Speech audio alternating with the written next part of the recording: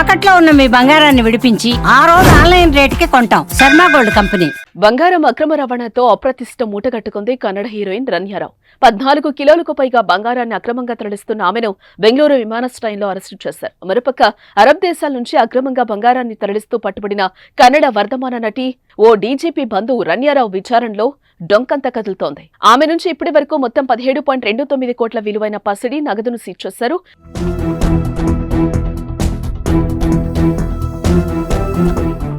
ఈమె దుబాయ్ నుంచి 14.8 కేజీల బంగారాన్ని తీసుకొస్తూ సోమవారం రాత్రి బెంగళూరు కెంపెగౌడ విమానాశ్రయంలో దొరికింది. దీంతో అప్పటి నుంచి ఆమెను డిఆర్ఐ అధికారులు విచారిస్తున్నారు.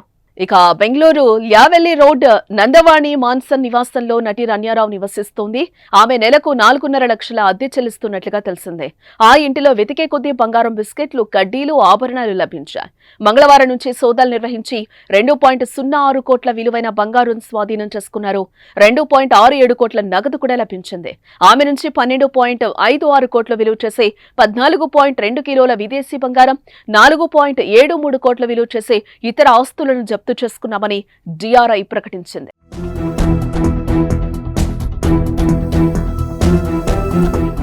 మరోపక్క అక్రమ బంగారాన్ని తరలిస్తున్న పట్టుబడ్డ రన్యను ప్రత్యేక ఆర్థిక నేరాల కోర్టులో హాజరుపరచగా 14 రోజులు జ్యుడిషియల్ కస్టడీకి ఆదేశించింది.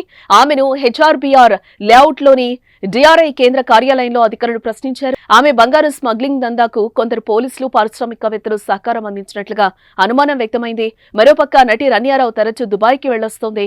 వచ్చేటప్పుడు పెద్ద మొత్తంలో బంగారు నగలను ధరించి అక్రమంగా తీసుకొచ్చేది. కస్టమ్స్ భద్రతా సిబ్బంది తనిఖీలు చేయకుండా డీజీపీ పేరును చెప్పేది. అనధికారికంగా పోలీసు ఎస్కార్టు వాహనంలో ఇంటికి వెళ్లేది. తరచూ దుబాయ్కి వెళ్లి గుట్టుగా బంగారాన్ని తీసుకొస్తూ ఉండడం వెనుక పెద్ద ముఠానే ఉండవచ్చని డిఆర్ఐ ఆదేశంగా దర్యాప్తు చేస్తోంది.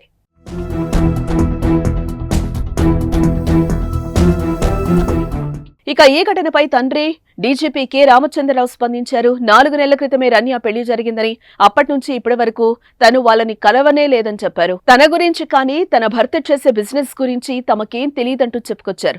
జరిగిన విషయం తెలిసి తామంతా షాక్ అయ్యామని, అలాగే నిరాశ చెందామని, చట్టం తన పని తాను చేసుకుపోతుందని అన్నారు. రన్య కర్ణాటకలోని చిక్మంగళూరులో జన్మించింది. కిషోర్ నమీత్ కపూర్ యాక్టింగ్ స్కూల్లో నటనలో మెళకువలు తెలుసుకుంది. అప్పుడే మార్షల్ ఆర్ట్స్ నేర్చుకుంది. డాన్స్ లోనూ శిక్షణ తీసుకుంది.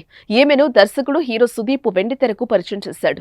ఆయన డైరెక్ట్ చేసిన మాణిక్య చిత్రంలో సహాయ నటిగా యాక్ట్ చేసింది. ఇది ప్రభాస్ మిర్చి మూవీకి రీమేక్ గా తెరకెక్కింది. ఇలా తమిళంలో కూడా వాఘా మూవీ చేసింది.